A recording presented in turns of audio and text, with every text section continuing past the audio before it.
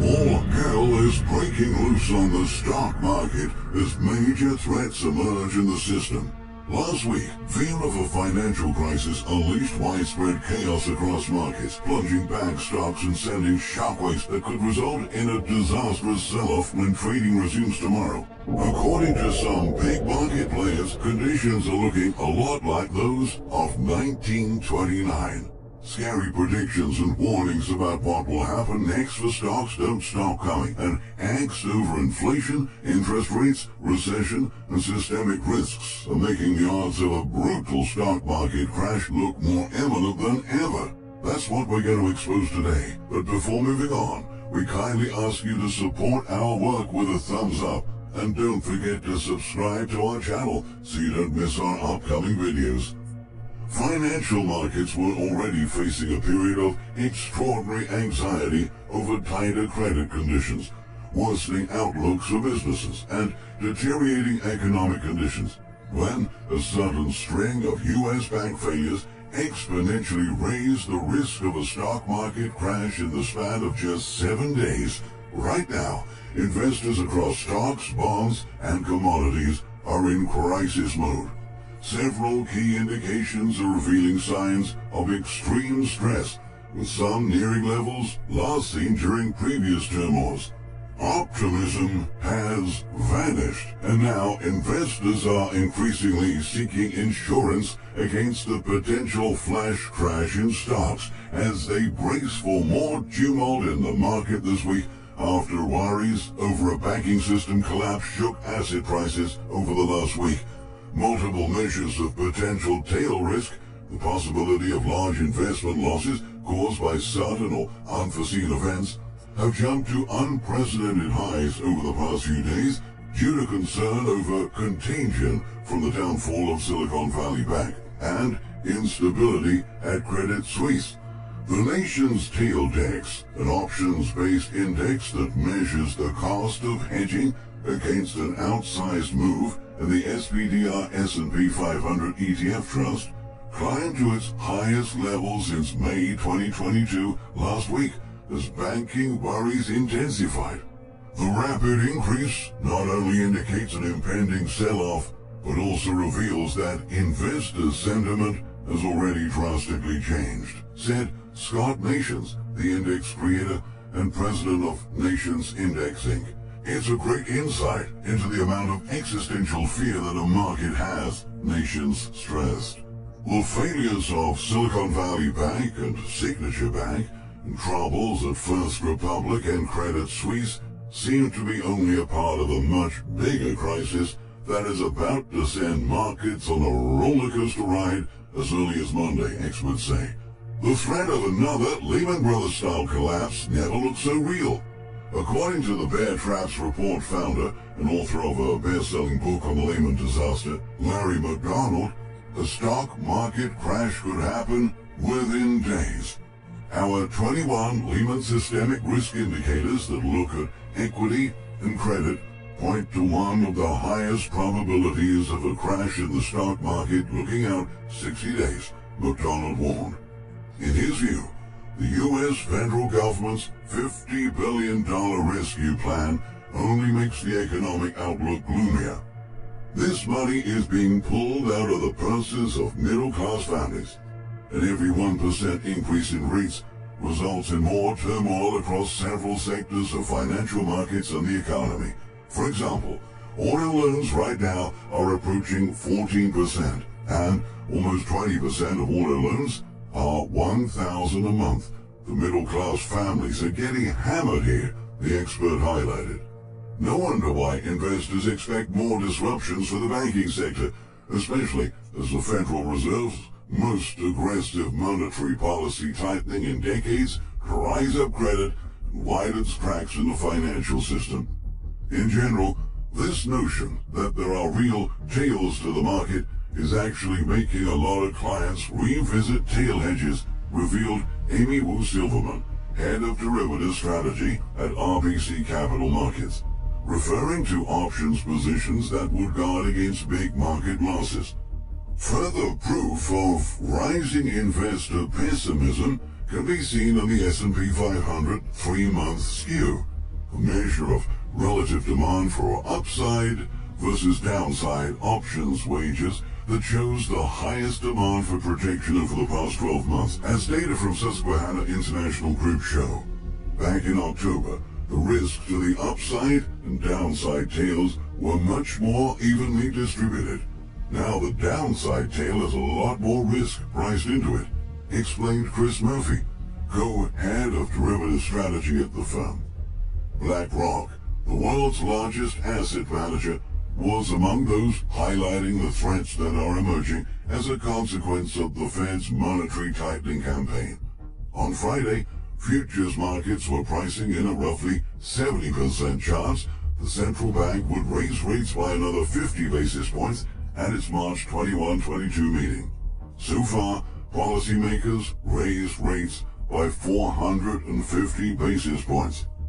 The market gyrations of the past week are not only rooted in a banking crisis, but also are evidence of financial cracks resulting from the fastest interest rate hike campaigns since the early 1980s, BlackRock analysts wrote on Thursday. Sharp swings in fixed income markets are another source of investor anxiety, with some market participants concerned that the volatility in bonds will bleed into equities.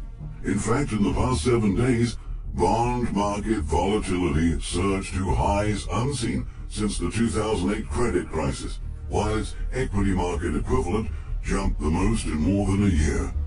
The yield premium on low-rated company debt over government securities, the measure of corporate credit risk, increased the most since the pandemic sell-off.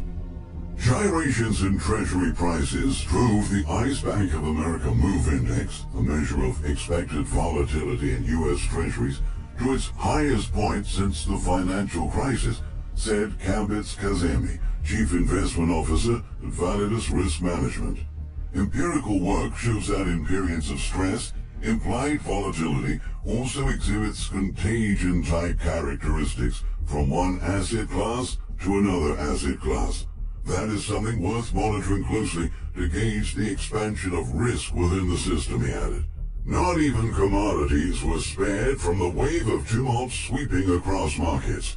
The odds of severe economic repercussions stemming from the banking crisis are likely to cause a slump in energy demand, which fueled a significant drop in crude oil prices. WTI crude prices, the U.S. benchmark, have fallen below $70 per barrel to the lowest since 2021. Moreover, the increased uncertainty and outsized price fluctuations led to a jump in oil market volatility. The CBOE Crude Oil Volatility Index is on track for the biggest weekly increase in over a year. All of these developments prompted Tesla CEO Elon Musk to warn that there were frightening similarities between the collapse of Silicon Valley Bank and the crisis that triggered the 1929 Wall Street crash.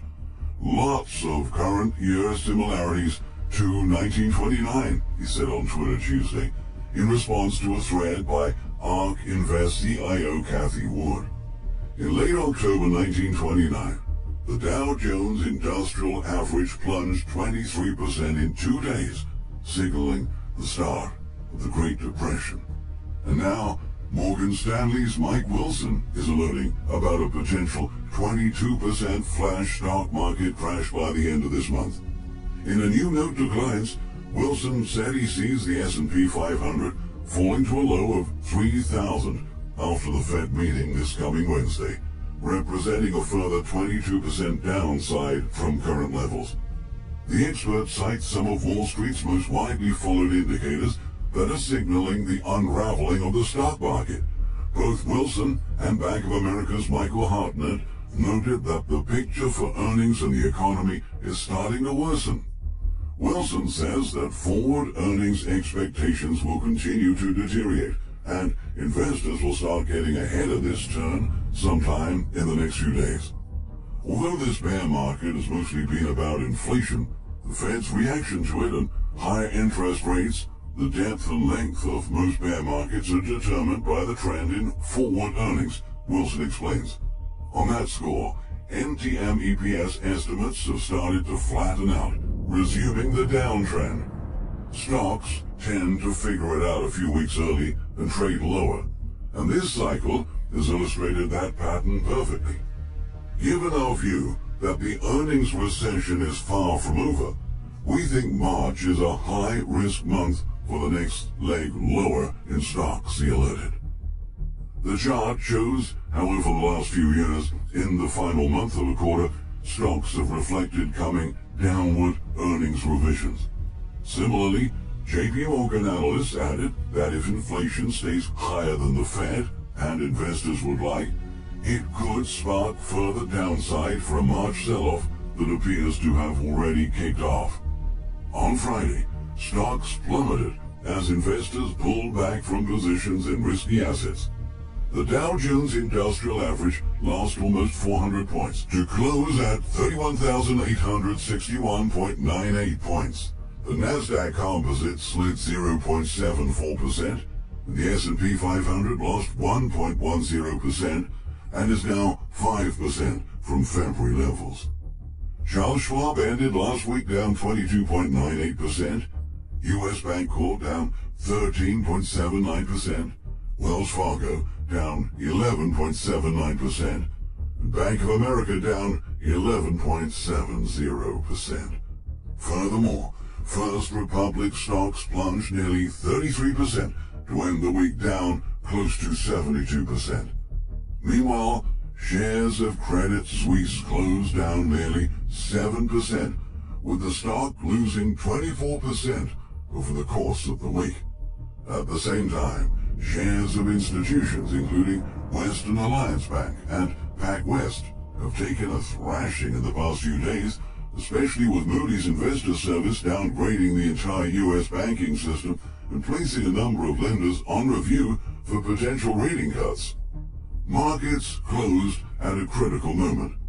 There's nervousness into the weekend of how does this all look on Monday, says Keith Buchanan, Senior Portfolio Manager at Globalt Investments.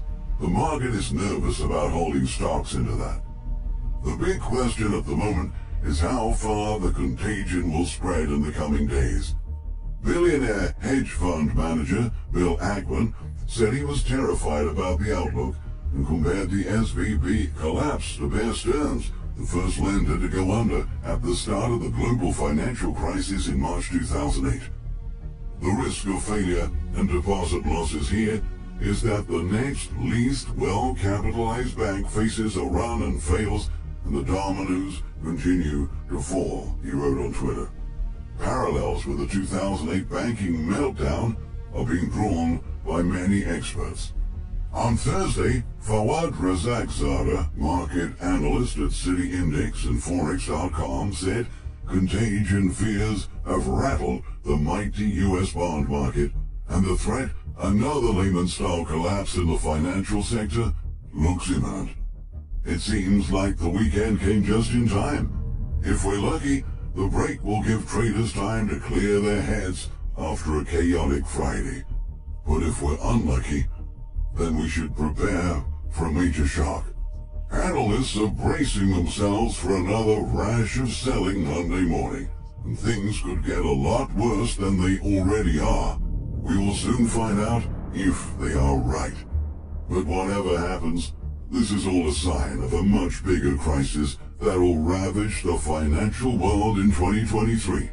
This won't just be a banking crisis or a stock market crash. It'll be an everything collapse that'll reap because for years to come. Thank you for watching.